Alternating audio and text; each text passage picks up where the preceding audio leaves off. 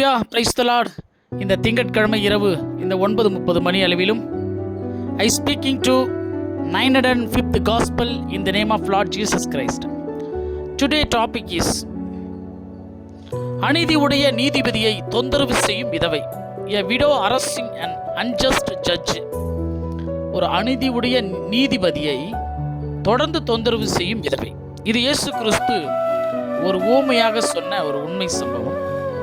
இது எதற்காக சொன்னார்னு பார்த்தீங்கன்னா, சோர்ந்து போகாமல் எப்பொழுதும் ஜெபம் பண்ண வேண்டும். Always pray without getting tired.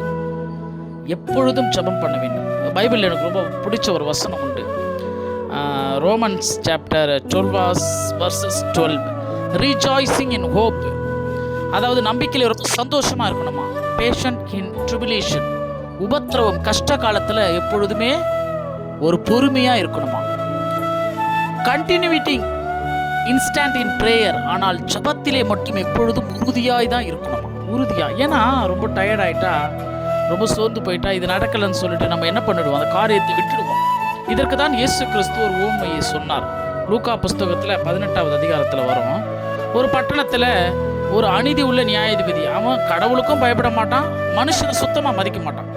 இவங்கிட்ட ஒரு நீதியை எதிர்பார்க்கணுன்றது ஒரு கிடைக்குமா? கிடைக்காது. இப்போ ஒரு விதவை தாய் தொடர்ந்து தொந்தரவு செய்து கொண்டே இருக்கிறாங்க. ஆனால் ஒரு நாள் பண்ணுறான், இது என்னடா ஒரே தொந்தரவாக இருக்குதுன்னு சொல்லிட்டு ஒரு நாள் இதுக்கு ஒரு தீர்ப்பு சொல்லி அனுப்பிச்சிடணும்னு சொல்லிட்டு அவன் மனசில் முடிவு எடுக்கிறான், அலட்டி கொண்டு. ஏன்னா ஒரே தொந்தரவாக இருக்குதுன்னு சொல்லிட்டு. இப்போ தேவன் என்ன சொல்கிறாருன்னா, அநீதி உள்ள நியாயாதிபதி. கடவுளையும் அந்த பூமியில் பயப்பட மாட்டான், கடவுளுக்கும் மனுஷனை சுத்தமாக மதிக்காதவனே அந்த அலட்டி கொண்டு இருக்கக்கூடிய விதவைக்கு ஒரு நியாயம் சொல்ல அவன் மனசு பக்குவம் அடைஞ்சிடுச்சு தொந்தரவு செய்யறதுனால.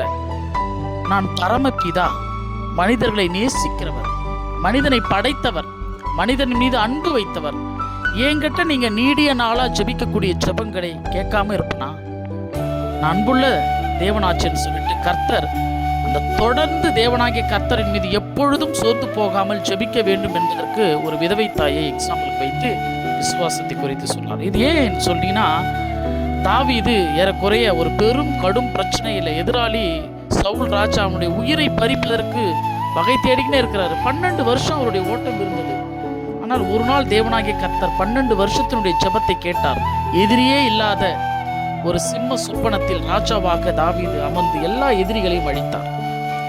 யூசுப் என்ற ஒரு தவறே செய்யாத ஒரு பரிசுத்தவான் செய்யாத தவறுக்கு 13 வருஷம் ஜெயிலில் இருக்கிறார். ஜெயிலில் சிறைச்சாலையில ஜெபித்து கொண்டே இருக்கிறார். ஒரு நாள் அவருடைய ஜெபம் கேட்கப்பட்டது. சிறைச்சாலையிலிருந்து விடுதலையானார். யாக்கோபு என்பவர் வாழ்க்கையில் எப்படியாவது முன்னேறணும்னு சொல்லிட்டு தன்னுடைய தாய் தகப்பன் வீட்டை விட்டு வெறும் கோலும் கையுமா போனவர்.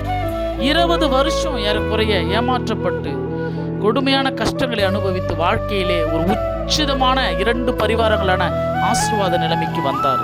20 வருஷம். ஆபிரகாம் கிட்ட தேவன் கொடுத்த வாக்குத்தத்தம் 25 வருஷம் பொறுத்து தான் அவனுடைய வாழ்க்கையிலே ஜெயமானது. 25 வருஷமும் அவன் எப்பொழுதும் ஜெபத்திலே இருந்தார். மோசே என்ற ஊழியக்காரனுக்கு 40 வயசுல சொன்னார். ஆனால் 80 வயசுல தான் அவர் அந்த ஊழியத்துக்கே பக்குவமான ஊழியத்துக்கு அழைக்கப்பட்டார். 120 வருஷத்துல அவருடைய கண் மங்களாவில் அந்த வல்லமை குறையாம கர்த்தரிடத்தில் ஒரு மரித்தார். யோபு என்பவர் கர்த்தருடைய விசுவாசத்தினால் எல்லாவற்றையும் எழுந்து போன பிறகும் காத்திருந்து தேவனாகிய கர்த்தரிடத்தில் பின்னிலைமை தான் அவருக்கு ஆசீர்வாதமா இருந்தது. நோவா என்ற ஒரு நீதிமான் 120 வருஷம் பிரசங்கம் செஞ்சார். ஒரு பிரசங்கத்துக்கு ஒரு சோர்வு எப்படி இருக்கும் தெரியுமா? நம்மளுடைய வார்த்தைகளை யாரும் கேட்கல, நம்மளை யாரும் ஒரு மனுஷனா கூட மதிக்கல, நம்மளுடைய ஊழியத்துக்கு அங்கீகாரம் இல்லை. இப்படிப்பட்ட ஒரு சூழ்நிலையில ஒரு மனிதன் எப்பொழுதுமே நோவாவை தான் எப்பொழுதுமே கருத்தில் கொள்ள வேண்டும். ஒரு ஆத்மா கூட ரட்சிக்கப்படலை. ஆனாலும் கர்த்தருடைய வேலை இது. தொடர்ந்து ஜெபித்தார். அவருடைய குடும்பம் ரட்சிக்கப்பட்டது. 120 வருஷத்தினுடைய வெற்றி. ஆகவே இன்றைக்கு நாம் இருக்கிறோம். ஆண்டவராகிய இயேசு கிறிஸ்து சொன்ன ஊமை எதற்காக? சோர்ந்து போகாம எப்பொழுதும் ஜெபம் பண்ணி கொண்டே இருக்க. நீங்க எதை கேட்கிறீங்களோ, எதை என்னிடத்தில் விரும்புகிறீங்களோ, நிச்சயமா நான் அதை உங்களுக்கு கொடுப்பேன். நீடிய பொறுமையா ஜெபத்துல உறுதியா இருங்க, வெற்றி உங்களுக்கு நான் தருவேன் என்று சொல்லுகிறார் கர்த்தர் இயேசு கிறிஸ்து. நம்ம ஒவ்வொருவரையும் எல்லாவற்றையும் பார்த்து கொண்டிருக்கிறார். எல்லாவற்றிலும் இருந்து நம்மளுக்கு விடுதலை தருவார், ஆசீர்வதிப்பார். அடுத்த தேவ செய்திகளோடு நான் உங்கள் காட் சகரியா.